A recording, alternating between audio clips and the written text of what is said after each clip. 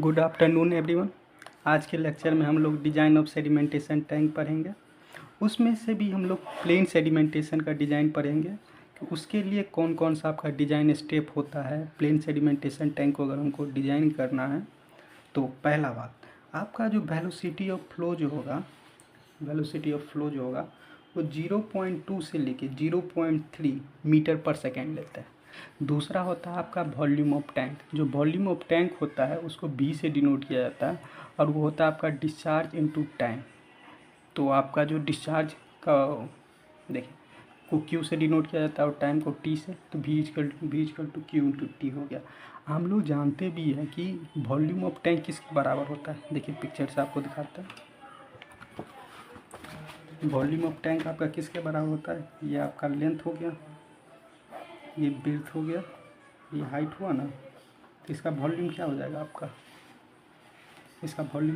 आपका, L cross B cross H हो जाएगा ना। तो देखिए, तो वॉल्यूम का दो फार्मूला हुआ टैंक का। एक तो कितना डिस्चार्ज आ रहा था, यहाँ से कितना डिस्चार्ज क्यों आ रहा था और कितना टाइम तक रहा।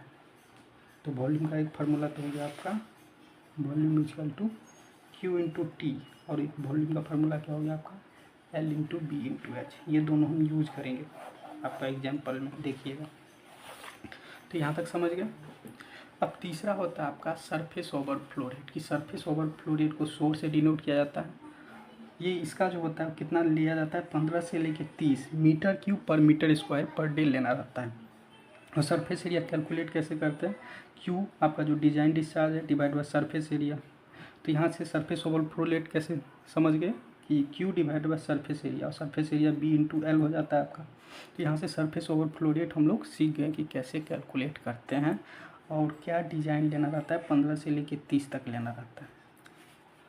अब चौथा है आपका टैंक का डायमेंशन कितना रखते हैं। जो लेंथ जो रखते हैं वो मैक्सिमम 100 मीटर रखेंगे, बट हम यूज करते हैं उसको 30 मीटर। विड्थ के केस में मैक्सिमम उसको 12 मीटर लेंगे। और L/B का जो रेशियो होगा आपका वो 3 से लेके 5 के बीच में रखते हैं। और डेप्थ जो रखेंगे हम लोग, ये ध्यान रखिएगा, ये डेप्थ जो होता है 2.5 से लेके 5 मीटर के बीच। कॉमनली जो है वो हम 3 मीटर यूज करते हैं। ये सब पूरा हम लोग जब डिज़ाइन करेंगे ना सेडिमेंटेशन टैंक में, तो यही सब लेके कैलकुलेट करते हैं।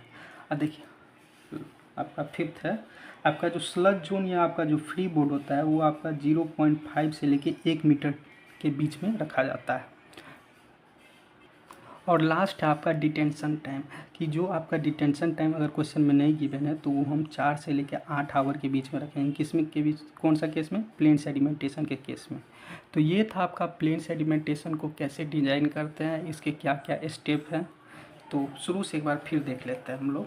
सबसे पहले आपका वेलोसिटी ऑफ फ्लो होगा जो कि 0.2 से लेकर 0.3 मीटर पर सेकेंड के बीच लेंगे। वॉल्यूम ऑफ टैंक दूसरा जो कि होता है डिस्चार्ज इनटू टाइम के बराबर। और वॉल्यूम ऑफ दूसरा कैसे निकालते हैं, उसका length width into height multiply करके। तीसरा जो होता है वो आपका सरफेस ओवरफ्लो रेट है। अगर क्वेश्चन में नहीं गिवन है तो वो कितना होगा आपका 15 से लेके 30 मीटर क्यूब पर मीटर स्क्वायर पर डे। सरफेस ओवरफ्लो रेट हम लोग निकालते कैसे, Q divided by surface area करके। और चौथा आपका जो आपका टैंक डायमेंशन होता है वो लेंथ जो होगा वो मैक्सिमम 100 मीटर रखेंगे और विड्थ जो है 12 मीटर रखेंगे।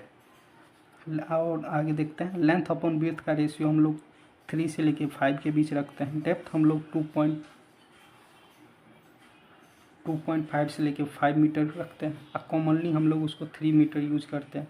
स्लज जोन या फ्री बोर्ड जो होता है वो आपका 0.5 मीटर से लेके 1 मीटर के बीच रहता है।